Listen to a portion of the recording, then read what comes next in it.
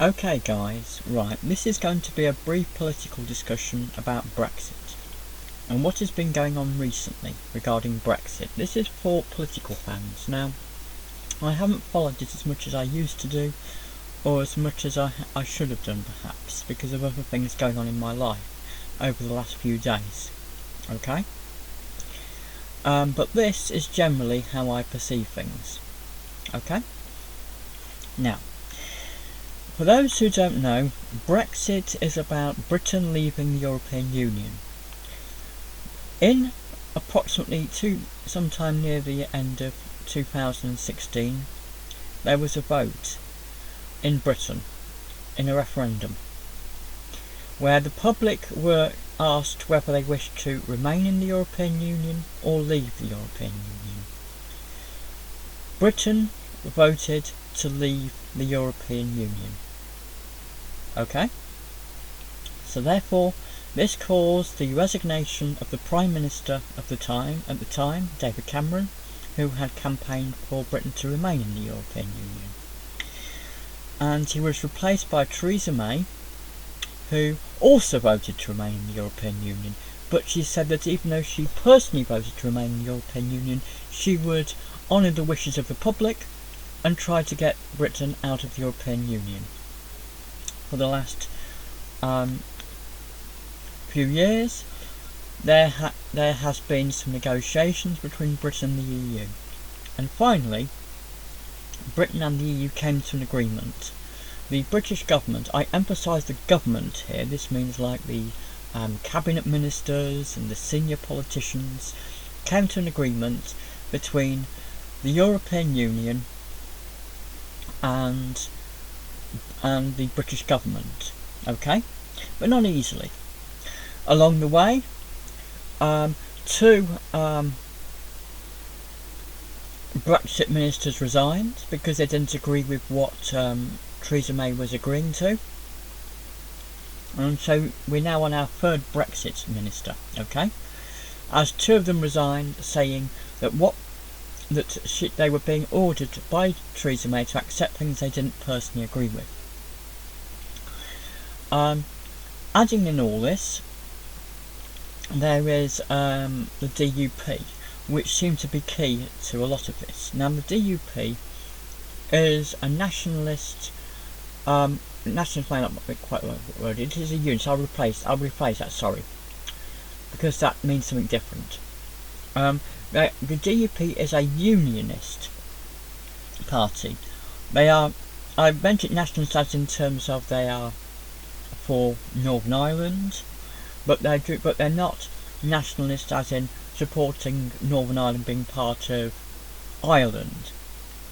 They want Northern Ireland to remain part of the United Kingdom.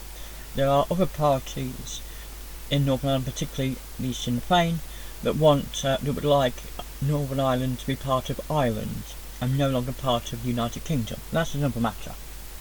Okay. Now, in 2017, Theresa May had a general election where, because she was originally just given the job, okay, without an election, because David Cameron resigned and she replaced him.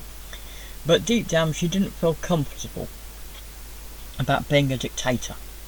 She did not feel comfortable about being a leader that had not been chosen by the public. So about approximately a year later, she held a general election so that the public could decide whether they wanted to have her as Prime Minister or Jeremy Corbyn. Okay?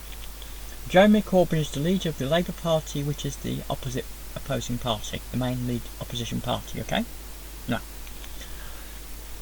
and that's all the background to this. The last week has been really strange in Brexit land, okay? So I'm going to explain why it's really strange. Theresa May had come back with a deal with the EU, okay, which had been rejected before, but she managed to get some more assurances from the EU, and so she came back and told her Parliament to vote for it. The DUP voted against it. The DUP said that they would support the government on other issues, but not on this particular one. The Labour Party also opposed it, and so did those members of other parties, for example the SNP, which is a Scottish Nationalist Party, which is basically a pro-Scotland party, okay, in Scotland, okay? So she was defeated. Then, the next day, there was, okay, given that this deal had been defeated, and that the EU said this would be the only deal they would offer, and it would be take it or leave it, they then had another vote the next day, to decide whether or not Britain should leave the EU without a deal at all. And, astonishingly, Parliament voted against that as well.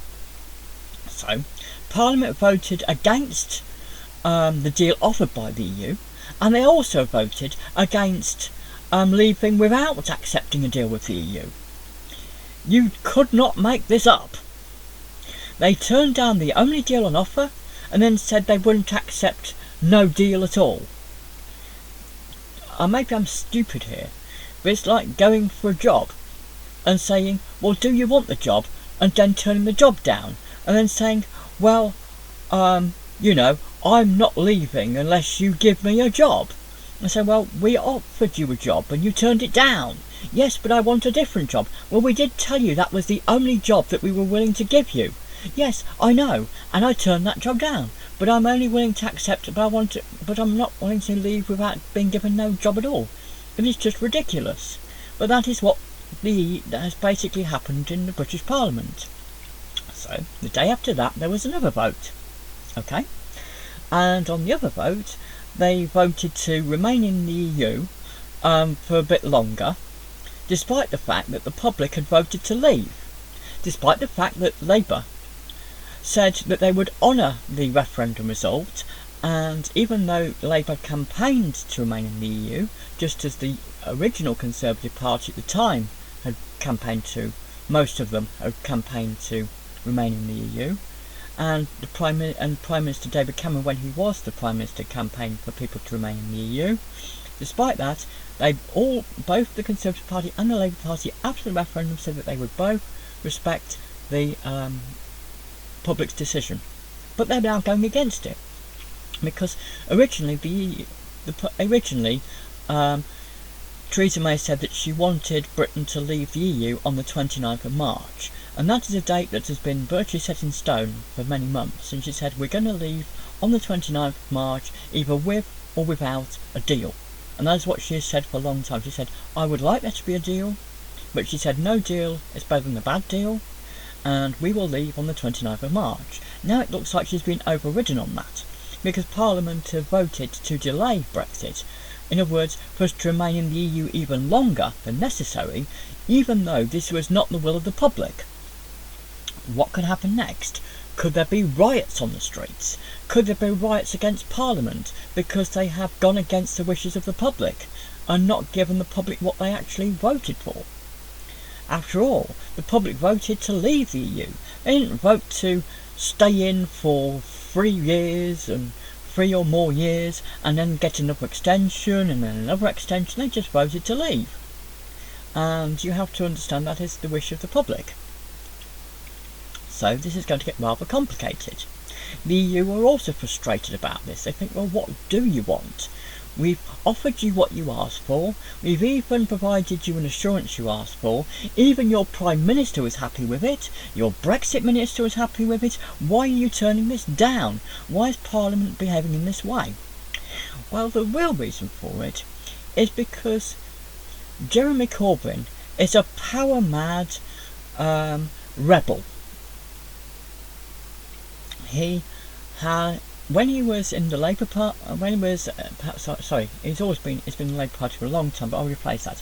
When he was a nobody in the Labour Party, when he was simply a lowly MP with no power that was considered by most to be a laughingstock, right? He used to vote against his own party regularly. When Tony Blair went to war and chose that Britain should go to war against Iraq, he personally was one of the founding members of the Stop the War coalition. He personally campaigned against his own party on this issue. Okay? So, and he's voted I think I believe I could be wrong here, but I think he's voted approximately 200 times or something like that against his own party.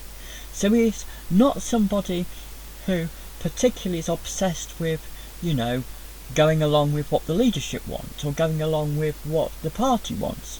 And as I said, by being one of the main members, one of the founders and main leaders of the Stop the War Coalition, right? And having campaigned a lot for Palestine and things like that, and campaigned against Israel and other things, he has gone against his party on many issues in the past, and he's also showed his power mad by, his desire to, be the leaders of this rebellion group and other protests. Okay. So why he's doing this is he's going against the government, not because it's going to benefit the country, but purely because he's rebelling against authority.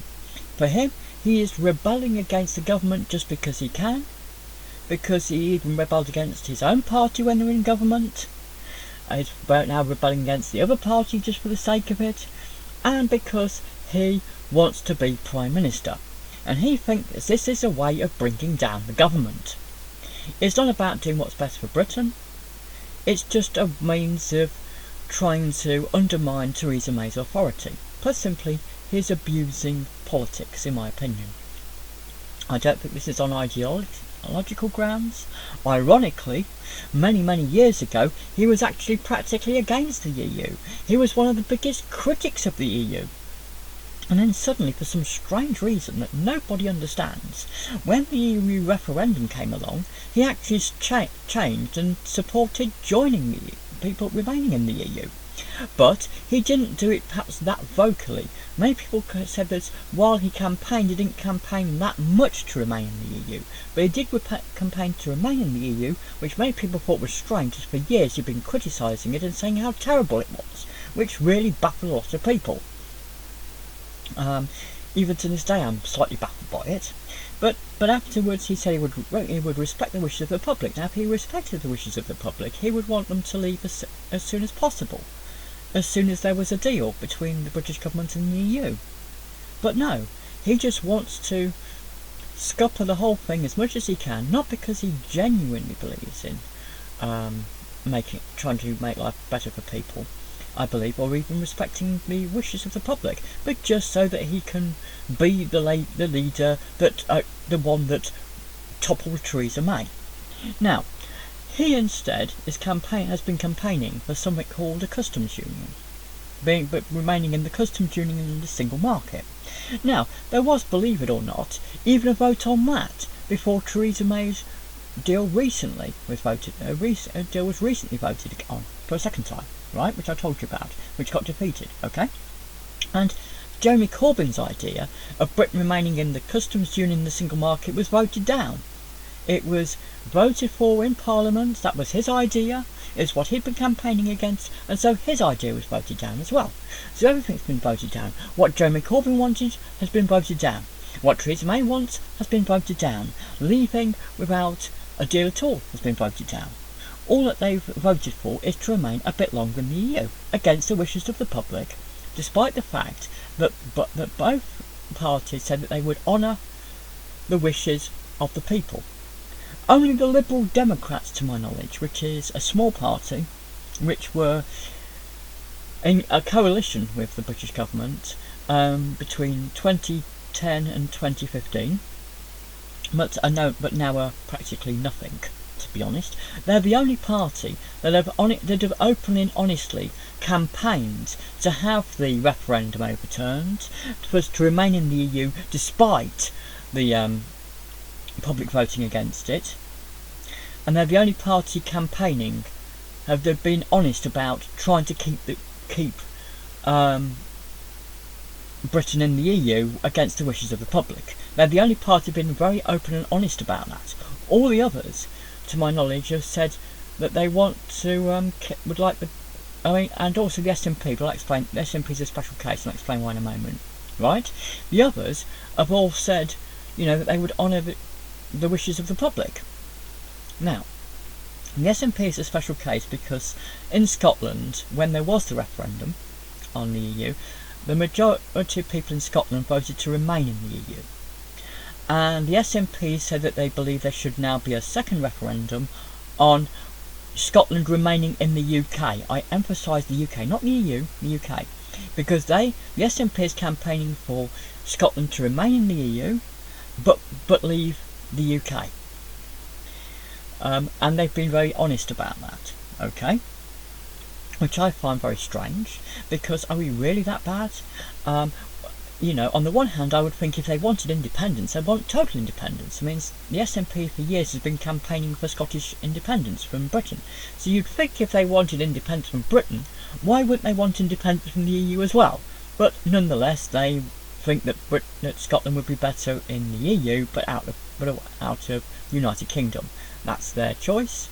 But they haven't been allowed to have another referendum on whether Scotland remains part of the United Kingdom or not. So, that's a separate issue. But, as I said, a lot of this is just a lot of politicians just turning against the government just because they're a different political party. And they seem to be ignoring the wishes of the public. Now, one of the consequences of remaining in the single market and the customs union is that Britain would have to continue to allow immigrants from the EU to work in Britain and live in Britain, whether or not the government wanted them or not, or whether they had any useful skills or not, or whether they had anything to contribute to Britain or not. Those issues were considered irrelevant, because one of the rules of being in the EU at the moment is that immigrants from anywhere in the EU can move to any other EU country and live there and work there if they wish, and that is one of the rules of being in the EU. One of the reasons people voted for Brexit was they wanted to have control over immigration. They wanted to try and stop troublemakers from other EU countries coming into Britain, and also to give British workers an initial opportunity to get a job, where employers would be forced to prove that they could not employ a British worker before getting a worker from abroad, for example. Okay? Whereas at the moment they don't have to prove that. British employers can employ a British worker or any other EU worker equally, and they don't have to justify it. Okay? So one of the reasons why the public voted for Brexit was so that there would be reduced immigration, so therefore there would be more jobs for British people, and British people would be less likely to be turned down by racist British employers that hate their own race, to be very honest. And there have been lots of stories about British employers rejecting British workers just because they're British. Not because they weren't very good, not because they lacked experience, but just because they were British. And a lot of British employers are self-racist. They hate their own race. They hate British people despite being British themselves. And one of the reasons people voted for Brexit was to stop this. Now, Jeremy Corbyn has for many years campaigned that he is a man of the people, that his dad may have been somebody, and he may have had an expensive house, but he claimed that he cared about the poor and was on the side of the poor. But he seems to be doing the opposite, because the poor, most of them, voted to leave the EU so that they would have a chance of a job that is currently taken by immigrants. And Jeremy Corbyn, by campaigning to remain in the single market and the customs union, is stopping those people who voted to leave so that to control immigration from being able to control immigration. One of the main reasons a lot of people voted to leave was to stop immigrants coming into the country so that they could take the job, so that British workers could do the jobs which were being done by immigrants while they were rotting on the dole. And the view was, if the immigrants go home, there would be more, or did not come here, there would be more jobs for British workers to do. And then British employers would be forced to employ a British worker, and that would reduce unemployment and make the hardship on people who were born here a lot less. But Jeremy Corbyn doesn't seem to have any empathy for the people that voted for Brexit, and for the people that wanted to control immigration, for those that were fed up of being turned down for jobs because they just weren't Polish. And yes, it has happened to quite a lot of people. There have been people who've claimed on radio stations that they were sacked as a lorry driver because they weren't Polish. They'd worked for the company, they had delivered products for years by lorry, they drove the lorry all over the country, and one day the man just said, "I'm sorry, we're going to sack you because you're not Polish. You've done nothing wrong, we're very happy with what you've done, but you're just not Polish, so we're going to sack you and replace you with a Polish person." And a lot of British workers got fed up with this kind of thing, and that was one of the reasons why they voted for Brexit. And it seems Jeremy Corbyn is going against the wishes of the poor who voted for Brexit to control immigration. So, that seems to be what's going on at the moment.